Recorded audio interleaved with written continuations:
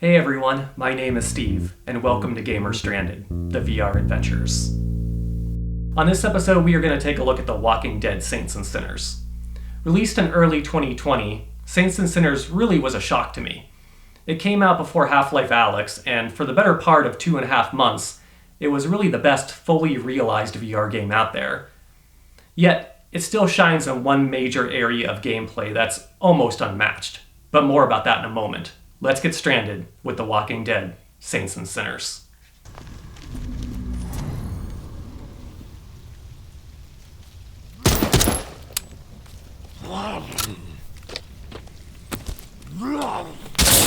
Are you a saint or are you a sinner? This is the question The Walking Dead, Saints and Sinners leaves up to you to answer. Play how you want to play. Do you want to be the ruthless Negan crushing all skulls in your path? Or are you the Rick Grimes type hero of the story?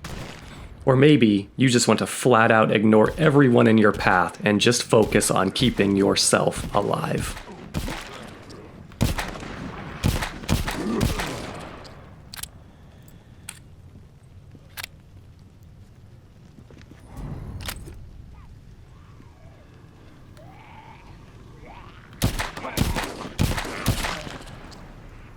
The tourist in the flesh. At the forefront of Saints and Sinners is you, simply known as the tourist. And in VR, I really feel like when the protagonist is yourself, it really adds to player immersion. However, there are still scripted moments with a pre-selected male or female voice, which I kinda wish they would have left out. Sometimes it works in VR titles such as Half-Life Alyx, and then in cases like this, it just feels like an unnecessary voice in my head. In other words, I want to make my own decisions and, in a sense, live my own story. Give me what you need to advance the story, but let me decide how to interpret or perceive things. However, this is all just a minor gripe. I just prefer my VR games to have a silent protagonist.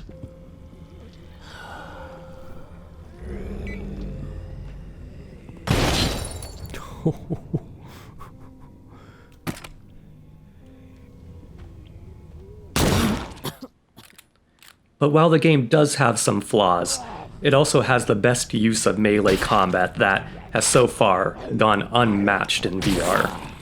Handheld melee weapons like knives, bats, and swords all feel great when holding, and feel even better slicing through some walkers. And not only that, they look fantastic. Most weapons are these makeshift concoctions that look so brutal and deadly, such as a sharpened street sign or a pair of rusty claws that would send Wolverine running in the other direction.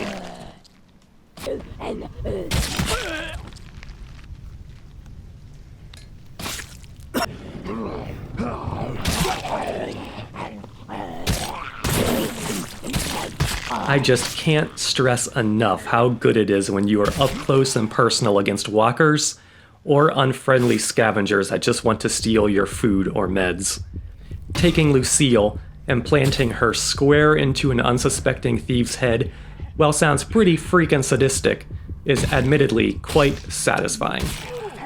Mostly in part due to the awesome physics that give everything you touch a sense of weight. Even though you are holding controllers, objects in the game still feel heavy. It's one of those VR sensations that you really can't explain. It needs to be experienced. To quote Morpheus, no one can be told what the Matrix is. You have to see it for yourself.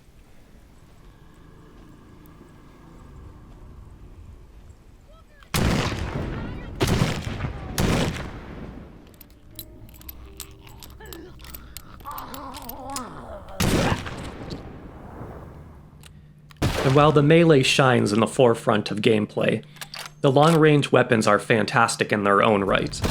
Nothing feels better than aiming down the sights and picking off a walker that's all the way down the block.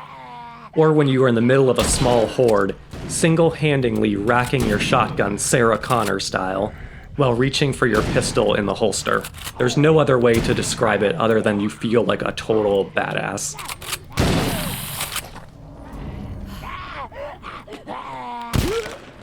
So how will you experience the world of The Walking Dead? Are you a saint, protecting the innocent and making the hard choices? Or are you a sinner and deciding who lives another day?